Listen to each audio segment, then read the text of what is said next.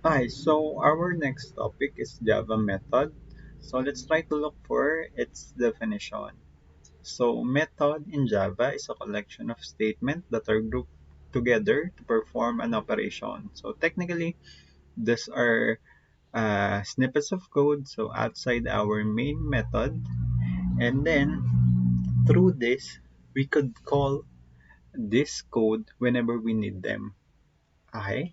So another definition of a method is a method groups a sequence of statements and should provide a well-defined and easy to understand functionality.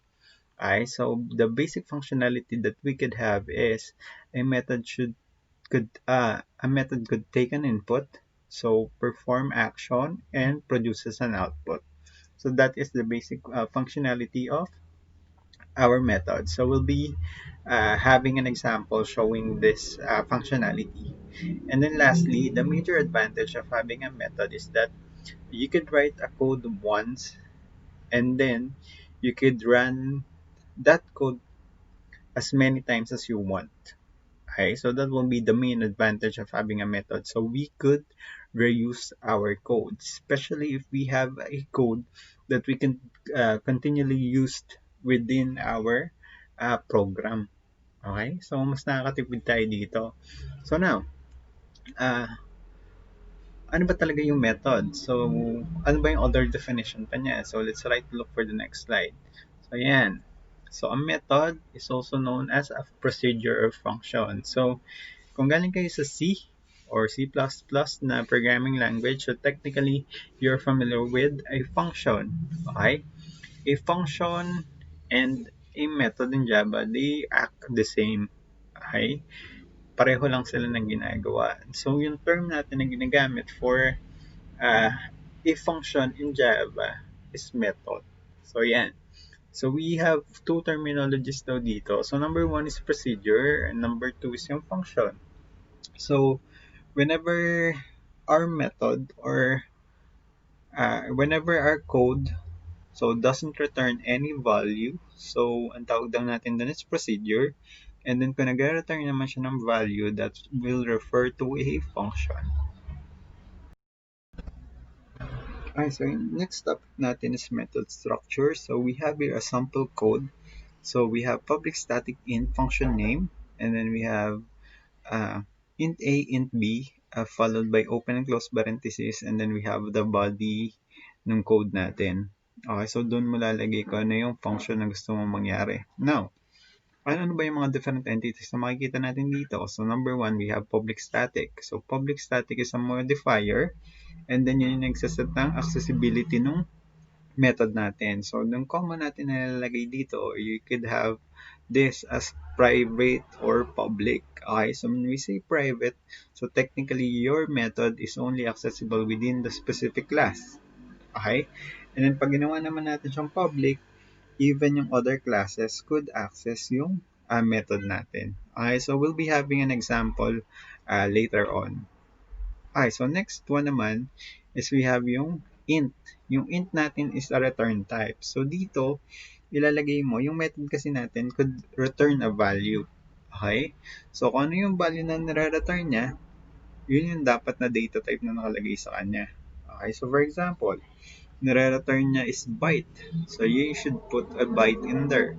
Kung nire-return niya is string, so dapat string. Kung int, and so on. Next one naman is function name. So function name, technically, ito yung name ng method mo. Okay? So yan. So this one is user defined. So ikaw na yung bahala magpangalan sa method as long as you could relate that dun sa function na ginagawa niya para mas madaling maintindihan. Next one, we have int A and int B. So technically, int A and int B, these are parameters. So ano yung pinapasa na value sa kanya? Okay? So for example, from the main method, so magbabato ng value. So dalawang integer, kunyari yung ibabato niya. So you should have a parameter to handle that. So in this case, we have declared int A and int B to handle those value being thrown or being passed by the main method. So after natin pag-aralan yung structure ni method, so we'll be now discussing on how to call and name a method. Okay? So we have here a basic example showing how to. and then we'll be discussing paano siya gumagana.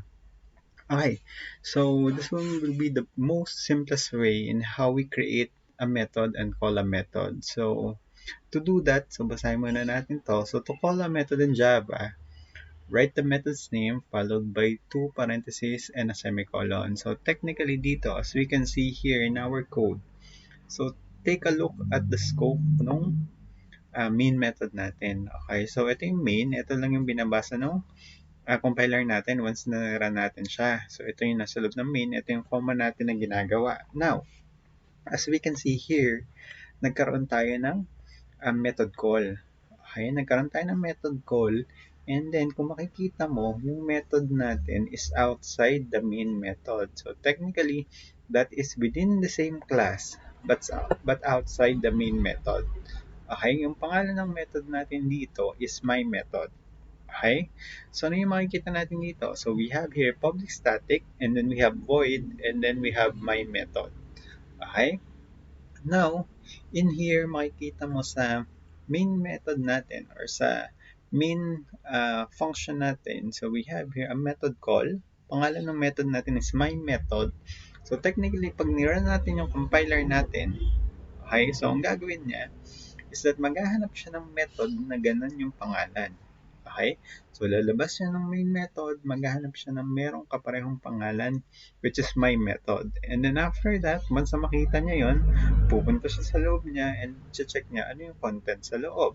Nakalagay dito sa loob is we have here public static void, my method, and then we have here system.out.println hello method.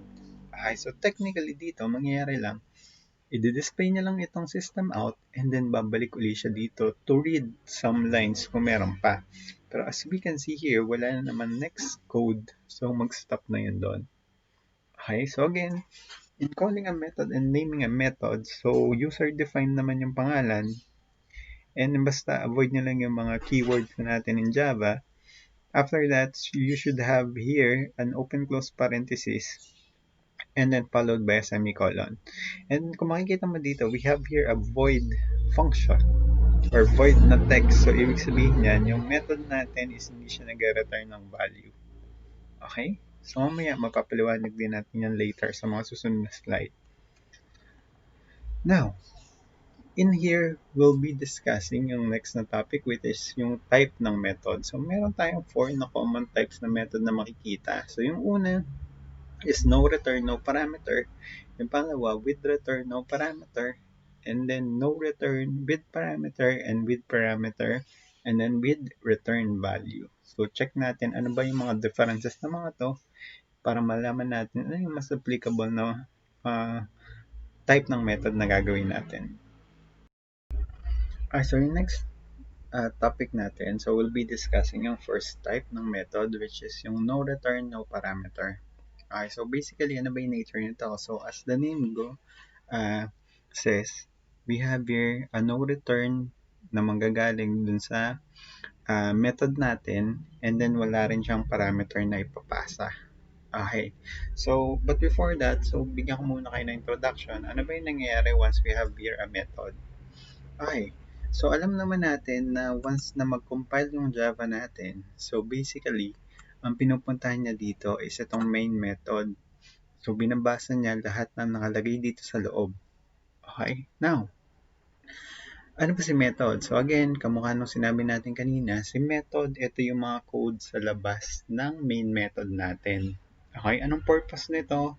Para whenever you need yung code na yon, tatawagin mo lang siya. Okay? So, yan.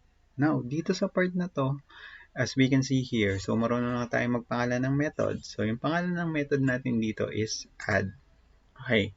So, pag pinindot natin ngayon yung compiler natin, ay yung, tama nga, when we compile this code, so technically, ang mangyayari dyan, pupunta yan dito sa main method natin, and then una niya may counter na code dito, ayan. Meron tayong method call ngayon. Ang pangalan ng method natin is add. Okay? So again, balikan natin yung previous topic. In naming a method, so we have here yung name na i-assign mo plus open close parenthesis and then a semicolon. Okay? So in this case, we'll be having a method call. So dahil may method call tayo, gagawin ni compiler, lalabas yan dito sa scope na to, maghahanap yan ng method na ang pangalan is add. Okay, now, nung lumabas si compiler, makikita niya dito sa labas, nung parenthesis, meron ditong add na method call. Okay? Sabi natin, itong isang to is no return, no parameter. So, paano natin malalaman? Unang clue, we have here void. Pag void yung isang method, so ibig sabihin no return type siya. Wala siyang nire-return na value. Another one, so sabi dito no parameter. Kung makikita mo dito si add, sa loob niya, empty yung parenthesis. Wala siyang binibigay na value. So, ibig sabihin, no parameter yon. Okay. So, try natin tong simulate ng diretso. Okay. So, next one, after lumabas dito si add, pumunta siya dito sa ang method natin na add. Ano ba yung scope niya? Ito yung scope ng add na yan. Ayan. So, hanggang dito sa parenthesis na yan, all of this, ito yung babasahin ngayon ni compiler. Kasi nga nagkaroon ng method call, pinuntahan niya. Makikita niya dito, nanghihingi tayo ng user input. Okay, so we have here a declaration ng scanner, global to, nasa labas. So, anyone in the class could use this one. And then, pangalan kong ginagamit, input pa din. So, ganon. So, ano mangyayari dito? So, yan. Enter num1, enter num2. So, take note nyo lang to, num2 yan. So, just disregard yung S. Okay. Now, yung unang value na i-input, so that will be a num1. Next value na i-input, so that will be a num2. In our example, yung in-input natin na una is 10. Next nating input is 20. Okay. So, pinag-add natin sila, nilagay natin kay total. So, pag-display niya kay 30, ayan. Ito yung kailangan nyo tandaan. Ayan. Kung makikita mo dito, you have your output is 30. So, ibig sabihin na-execute niya yung line of code na to. Pero meron pa siyang done dito. Bakit? Kasi after mabasa ni compiler yung method mo, always babalik uli yan dito kung saan siya nagtapos. Okay? Nagtapos siya dun kay add na method call. Makikita niya meron pang next na code which is done. So, dinisplay niya si done. Okay? So, now, anong idea dito? So, once na pumunta ngayon yung compiler natin dun sa method na method call natin, so technically babalik uli yan dun sa main method. Okay? So babalik uli siya sa main method and then babasahin niya yung mga kasunod na line. Okay? So yun yung idea with this one. So again, this one is a no return, no parameter. Paano natin nasabi again? You have here void. So ibig sabihin ng void hindi nag-return. And then kung makikita natin yung parameter natin, walang pinapasang value. Kaya nangyari dito is no parameter din. Okay, yung method natin is walang pinapasang parameter. Okay, so yun lang for this. Okay, so yung second type ng method natin is yung with return and then no parameter. Okay, so parang ganun lang din yung kanina. Okay, so ano naman yung mga key points na kailangan nyo tandaan pag nag-return ng value yung isang method? So una, dahil nga merong return value yung method natin, dapat merong variable na sasambot doon. Okay, so just like in this. Kung makikita mo dito, let's go with the method instantly kasi ganito lang rin naman yung gagawin ng kanina. Dito, yung part na to, merong ire-return na value ito. Okay, may ire-return siyang value. Now, yung ire-return ng value supposed to be, dapat pagbalik niya dito, merong variable na sasambot nun. Okay, in this case, I have declared here in total para whenever mag-return ng value itong add is merong sasambot dito. Okay, now, again, simulan natin uli yung uh, simulation. So, again, pag nira natin to, dito uli yan sa main method. And then, una nyo makikita, in total is equals to method call. So, again, nag-declare ako dito ng variable to hold yung value na i-return. Alam kong mag-return. Why? Kasi kung makikita mo dito, in our method, we have your int. Okay? So, ibig sabihin, nag-return to ng int na value. Okay? So, if mag-return to ng int na value, so dapat dito, meron din variable na int na mag-handle din ng exact data type na i-return niya. Okay, so dapat kung ano yung i-return, ganun din yung mag-hold. Okay, so in our case, we have here int, so that should be int yung mag-hold. Now, if ever, halimbawa, you'll be having a string, you have double, etc. So all of them should be compatible yung data type. Okay, so balik ulit tayo dito, is equals to add and then open close parenthesis. And then, after this one, so pupuntahin dito sa method, and then same goes yung kaninang mangyayari. So manghingi ng value, nag-input ako ng 20 for num1, and then num2, nag-input ako ng 30. So pinag-add natin yung dalawa. So you have 20 and 30, so you have 50. Yung 50, hinahold ni total. And then we have here, return total. So technically, ang value ni total dito is 50. Mag-return ng 52, and then i-hold yung variable total. Now, it doesn't necessarily mean na kailangan pareho ng data type to. Okay? So, it could have different data type or different name ng variable as long as pareho sila ng data type. Nagkataon lang in my example, so pareho yun na yung pangalan ko. Okay? So, total here and total here, they are different. Okay? Magkaibang variable. So, yung total dito is only exclusive para dito sa add, and yung total dito is exclusive din para dito sa main. Okay? So, nung nag-return ng value na 50, hinold the total.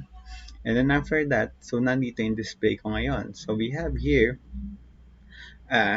system.out.print output plus total, which is 50. Kaya naging output natin dito is 50. So again, anong kailangan mong tandaan para dito sa second type na to? So sabi natin dito, with return yung value natin, kaya kung makikita mo dito, meron siyang return type. Okay? So depende dun sa ibibigay niyang return data type, yun dapat yung mag-hold na variable. So in our case, nag-return ng int, kaya ang pinuhold na ito is int din. Okay? Next one, no parameter. No parameter kasi wala rin namang binibigay na value yung method natin papunta, yung method call natin papunta dun sa method. Kaya no parameter pa rin siya. Okay? So that will be on with return, no parameter. Okay, so itong third na method natin is no return with parameter naman. So anong difference nito? Check natin dito. So subukan natin i-interpret pag nagko-compile na siya. So again, magsisimula uli yan dito sa main method natin, whereas ito yung content niya. And then as we can see here, so nagkaroon tayo ng mga declaration na hingi tayo ng value sa user. So una, that will be num1 and num2 yung mag-hold ng value. Input niya for num1 is 3, num2 input niya is 4. So magiging value ni num1 dito is 3, and then this will be 4. Now, ito ngayon yung with parameter niya na nature. Kung makikita mo ngayon itong method call natin, meron siyang binabatong arguments. Okay, may binabato siyang mga value. Now, ano yung kailangan mong tandaan pag nagbabato ng value yung method mo?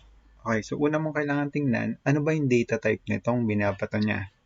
Binabato niya is int tsaka int. So, ibig sabihin, si num1 is int, num2 is int. Dapat, dito, exactly, meron din ganong data type na sasambot nung same data type na binibigay niya. So, num1 is int, num2 is int. So, dapat merong dalawang variable na int and int na sasambot ng value. Okay? So, now, sa halimbawa, ang binabato niya dito is int. Ito naman is string. So, dapat may sasambot na int and string dito. Okay? As is yung arrangement dapat. In our case, binabato niya is int and int, kaya nag-declare tayo ng A and B na mag-handle nung pinapasa niyang value. Okay? So, again, yung 3, i-hold yan ni A. Yung 4, i-hold yan ngayon ni B. Now, after that, nandito na siya sa method call. Again, pumunta siya kay add. Void siya. Ayan. Kung makikita mo, void siya dito. Ibig sabihin, no return ngayon. Okay? Walang return na value.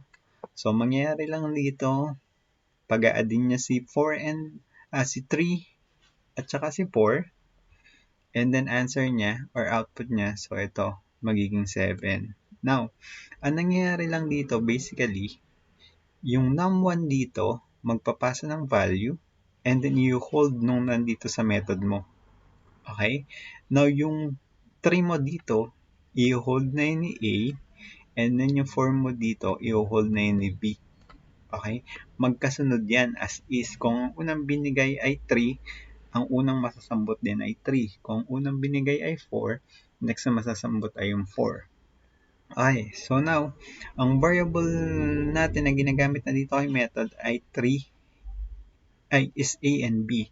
Now, yung A and B mo dyan, exclusive lang yan para dito sa method na to. Okay? So, mag-a-add yan ng value. So, pag-a-addin na natin sila. So, you have 3 and 4. So, that will be 7. Kaya naging output natin dito ay 7.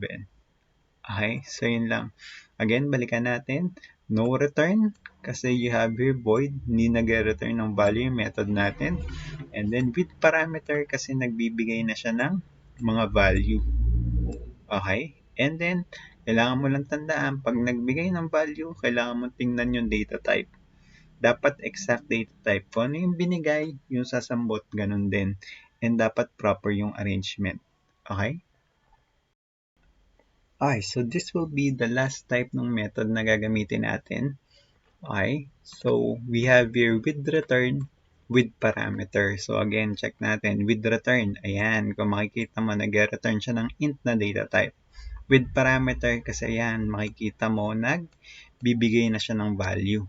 Okay, same principle ng mga una. I-merge lang natin siya dito. So, again, i-compile natin. So, check natin. Manghihingi uli yan ng value. So, that will be num1 and num2 yung variables na ginamit natin.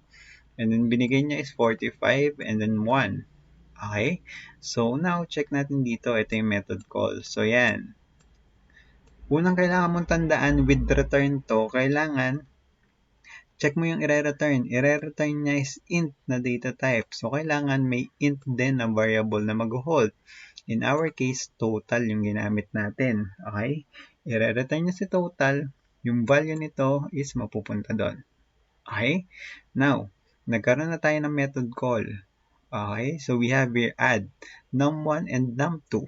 Okay? Num1 mo, value niya is 45. Okay? Num2 mo, value niya is 1. Now, again, check mo yung dalawang variable. Pareho silang int. Kaya dito, nagkaroon din tayo ng dalawang int na sasambot. So, again, yung 45 mapupunta kay A. And then yung 1 mapupunta kay B. Okay? So, after that, so A plus B, 45 plus 1. So, we have 46. Yung 46 ngayon na kay total na variable dito. Okay? So, i-return niya si total. So, ang value ngayon ni total is 46.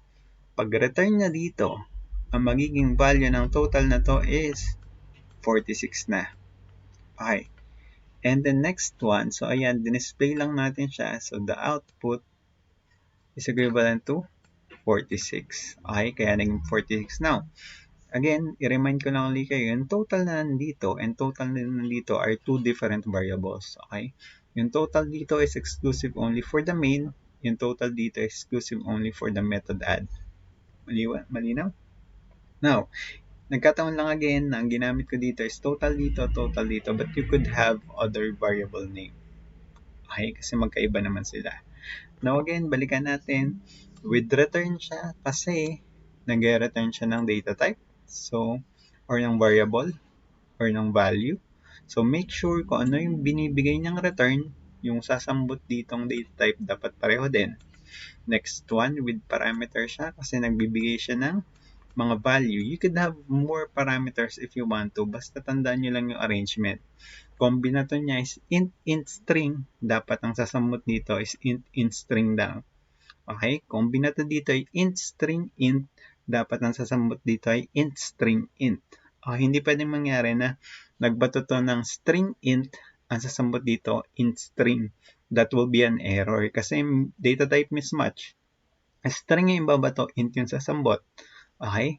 Int yung binato, string yung sasambot. So that will be an error. Okay? So yun lang naman yung mga basics ng method.